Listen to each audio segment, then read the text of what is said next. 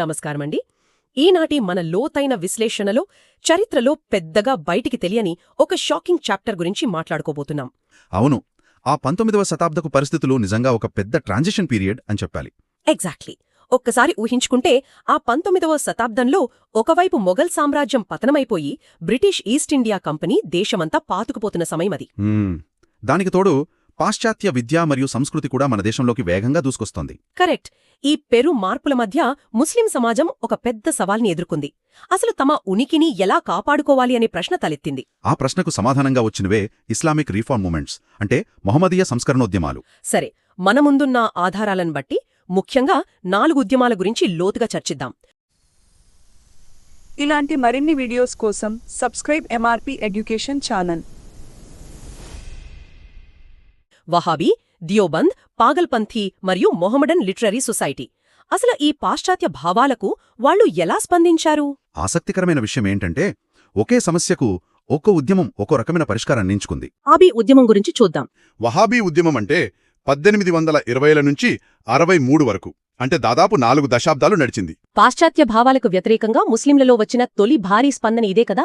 అరేబియాకు చెందిన అబ్దుల్ వహాబ్ ఆలోచనలతో స్ఫూర్తి పొంది సయ్యద్ అహ్మద్ బరేల్వి దీన్ని స్థాపించారు. నిజమే. అయితే ఇక్కడ ముఖ్యమైన విషయం ఉంది. మొదట్లో ఇదొక మత సంస్కరణోద్యమంగానే మొదలైంది. అంటే ఈ మూఢనమ్మకాలను పారద్రోలడం లాంటివి కదా. మరి అది కాస్త సాయుధ పోరాటంగా లేదా జిహాద్గా ఎలా మారిపోయింది? ఎందుకంటే మతాన్ని ప్రక్షాళన చేయడంతో పాటు కోల్పోయిన రాజకీయ అధికారాన్ని తిరిగి సాధించాలనేది వాళ్ళ ఆలోచన.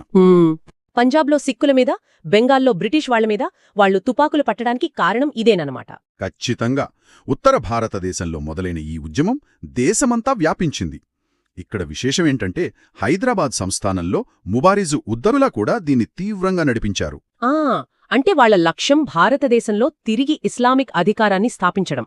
కానీ ఇక్కడ నాకొక డౌట్. బ్రిటిష్ వాళ్ల దగ్గర ప్రపంచంలోనే అత్యంత ఆధునిక సైన్యముంది కదా. సిక్కుల దగ్గర కూడా మహారాజా రంజిత్ సింగ్ లాంటి బలమైన పాలకుడి సైన్యం ఉంది. మరి ఈ ఉద్యమంలో పాల్గొని వాళ్లతో యుద్ధం చేసిందెవరు? వాళ్లకంత సైనిక బలం ఎక్కడ్నించొచ్చింది? అక్కడే అసలు ట్విస్ట్ ఉంది. ఇందులో ముందుండి పోరాడింది రాజులు లేదా పెద్ద పెద్ద జమీందార్లు కాదు. మరెవరు? ప్యూర్గా సామాన్యులు. ముఖ్యంగా వ్యవసాయం చేసుకునే రైతులు, చేనేత కార్మికులు ఈ పోరాటంలో అగ్రభాగాన నిలబడ్డారు. వావ్, ఇది నిజంగా షాకింగ్.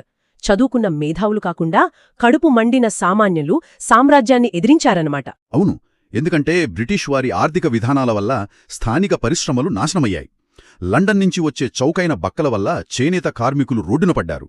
పన్నుల వల్ల రైతులు అప్పులపాలయ్యారు. అంటే తమ కష్టాలకు కారణమైన బ్రిటిష్ వాళ్ల మీద తిరగబడటానికి వహాబీ ఉద్యమం ఒక వేదికను కల్పించిందన్నమాట. మతమనేది వారిని ఏకం చేయడానికి ఒక జెండాగా పనిచేసింది. ఎగ్జాక్ట్లీ.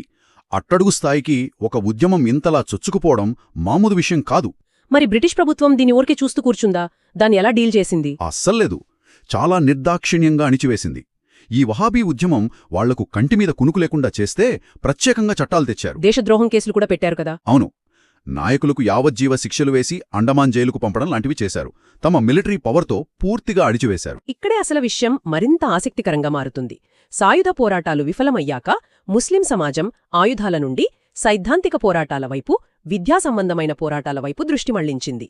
దానికి పర్ఫెక్ట్ ఉదాహరణే దియోబంద్ ఉద్యమం. కరెక్ట్. 1867లో ఉత్తరప్రదేశ్లోని సహరాన్పూర్ జిల్లా దియోబందులో ఇది మొదలైంది.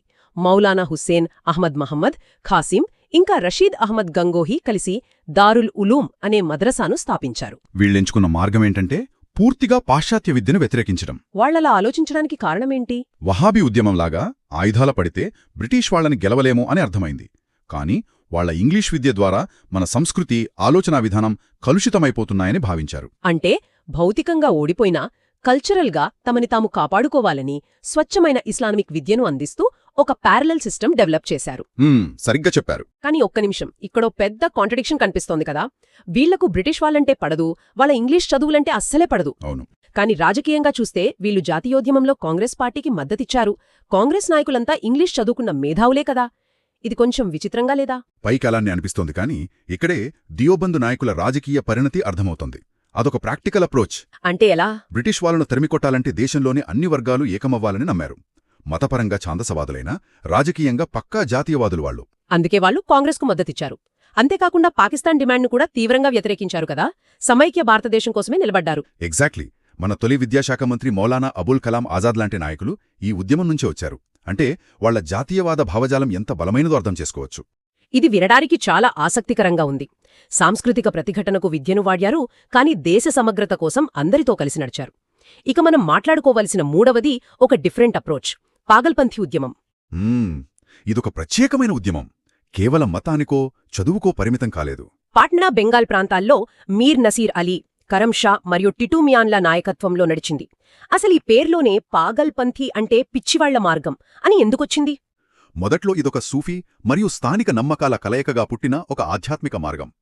కుల మత వివక్షలకు అతీతంగా సమానత్వాన్ని బోధించింది. ఓహో, అంటే ఆచార వ్యవహారాలకు భిన్నంగా ఉండటం వల్ల సంప్రదాయవాదులకు ఇది విచిత్రంగా అనిపించి ఆ పేరొచ్చిందన్నమాట.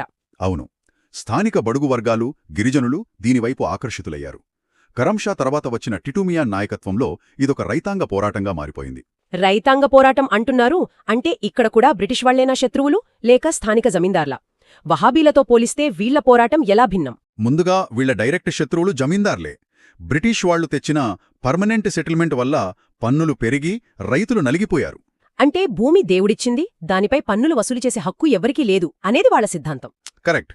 ఎప్పుడైతే వాళ్లు జమీందార్లు ఇళ్లపై దాడిచేసి పన్నులు కట్టడం మానేశారో అప్పుడు జమీందారులను రక్షించడానికి బ్రిటిష్ సైన్యం దిగింది.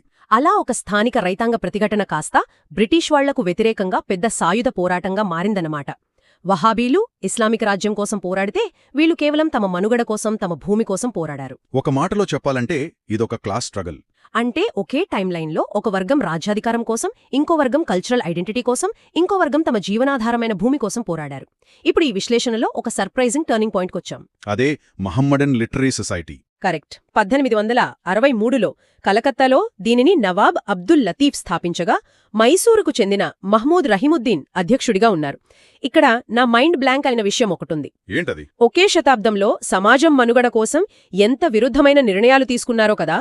1867లో దియోబంద్ వాళ్లు ఇంగ్లీష్ చదువులు వద్దు అని మదర్సా పెడితే, సరిగ్గా అదే టైంలో 53లో నవాబ్ అబ్దుల్ లతీఫ్ మాత్రం మనం ఖచ్చితంగా ఇంగ్లీష్ నేర్చుకోవాలి అని ఈ సొసైటీని పెట్టారు. అసలు ఈ రెండు గ్రూపుల మధ్య ఇంత భిన్నమైన ఆలోచన ఎందుకొచ్చింది? ఇదొక అద్భుతమైన కాంట్రాస్ట్.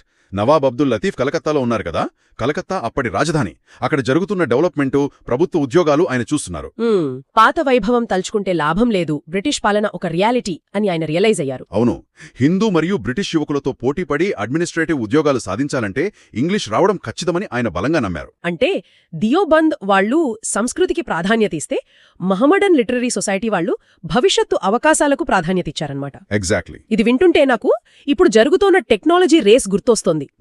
ఇప్పుడు మనం పిల్లలకు కోడింగ్ నేర్పించకపోతే, ఏఐ గురించి తెలియకపోతే వాళ్లకసలు జాబ్స్ రావు అని హడావిడి చేస్తున్నాం కదా. అవును, సరిగ్గా 160 ఏళ్ల క్రితం ఆయన ఆలోచన కూడా అచ్చం ఇలాగే ఉందన్నమాట. ఇంగ్లీష్ నేర్చుకోకపోతే మనం రేస్లో వెనుకబడిపోతామని. కానీ సంప్రదాయ ముస్లిం కుటుంబాలను ఇంగ్లీష్ చదువుల వైపు మళ్లించడం అంత సులువుగా జరిగిందా? అసలు కాలేదు.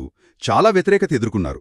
కాని ఆధునిక విజ్ఞాన శాస్త్రం, పాశ్చాత్య తత్వశాస్త్రం నేర్చుకోవడం ఇస్లాంకి వ్యతిరేకం కాదు అని ఆయన వాదించారు. అంటే చదువును కేవలం మతపరమైన కోణంలో కాకుండా ఒక స్కిల్ లాగా సమాజంలో పైకి రావడానికి ఒక టూల్గా చూడమన్నారన్నమాట. అవును, ఈ ప్రయత్నాల వల్లే కదా ఆ తర్వాతి కాలంలో సర్ సయ్యద్ అహ్మద్ ఖాన్ లాంటి వాళ్లు అలీగర్ ఉద్యమాన్ని తీసుకురావడానికి ఒక బలమైన పునాది పడింది.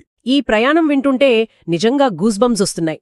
వహాబీల సాయుధ పోరాటంతో మొదలై పాగల్పంథీల రైతాంగ తిరుగుబాటుగా మారి, ఆ తర్వాత దియోబంద్ జాతీయవాదం, చివరగా ఆధునిక విద్యను ఆహ్వానించిన మహమ్మడన్ లిటరరీ సొసైటీ. నిజమే, ఒక పెను మార్పు వస్తున్నప్పుడు దాన్ని ఎదుర్కోవడానికి ఒకే కరెక్ట్ ఫార్ములా అంటూ ఏదీ ఉండదని చరిత్ర చెబుతోంది. మీరు చెప్పింది అక్షరాల నిజం. ప్రతి సమాజం వాళ్ల నాయకుల విజన్ను బట్టి రెస్పాండ్ అవుతుంది. కొంతమంది కత్తులు పట్టుతే, కొంతమంది కలం పట్టారు. ఇంకొందరు శత్రుల ఆయుధాలనే, అంటే ఇక్కడ పాశ్చాత్య విద్యను వాళ్లమీదికే ప్రయోగించారు. మార్పుకు మనం ఎలా అడాప్ట్ అవుతున్నామన్నదే మన మనుగడను నిర్ణయిస్తోంది. ఈ ఉద్యమాలన్నీ భారత స్వాతంత్ర్య పోరాటంపై చెరగని ముద్రవేశాయి. ఖచ్చితంగా. ఇక ఈనాటి విశ్లేషణను ముగించే ముందు మనందర్నీ ఆలోచింపజేసే ఒక ముఖ్యమైన అంశాన్ని పంచుకోవాలి. 19వ శతాబ్దంలో చూసినట్లుగా అప్పట్లో వాళ్లు విద్యను కేవలం సర్టిఫికెట్ల కోసం కాదు, తమ ఉనికిని కాపాడుకోవడానికి సర్వైవర్ ఆయుధంగా వాడారు. ఇది చాలా లోతైన పాయింట్. మరి నేటి వేగవంతమైన టెక్నాలజీ యుగంలో మనమెక్కడున్నాం? మన విద్యాసంస్థలు పిల్లలకు కేవలం యంత్రాల్లా పోటీపడటానికి మాత్రమే ట్రైనింగ్ ఇస్తున్నాయా? అవును, ఒక రకంగా ఈ మార్కులు, ర్యాంకులు, ప్లేస్మెంట్ల వేటలోనే వాళ్ల ఐడెంటిటీని మనం మర్చిపోతున్నామనిపిస్తుంది కదా. లేక డియోబంద్ వాళ్లు ఎలాగైతే తమ సాంస్కృతిక మూలాలను కాపాడుకుంటూనే జాతీయవాదం వైపు అడుగులు వేశారో అలా మన సిస్టం మన పిల్లల మూలాలను కాపాడుకుంటూ స్వతంత్ర ఆలోచనను ప్రోత్సహిస్తోందా? ఇది నిజంగా సమాజంగా మనం లోతుగా ఆలోచించుకోవాల్సిన ప్రశ్న. అవును. ఈ ఆలోచనతోనే ఈనాటి లోతైన విశ్లేషణను ముగిద్దాం. మరొక ఆసక్తికరమైన అంశంతో మళ్ళీ కలుద్దాం.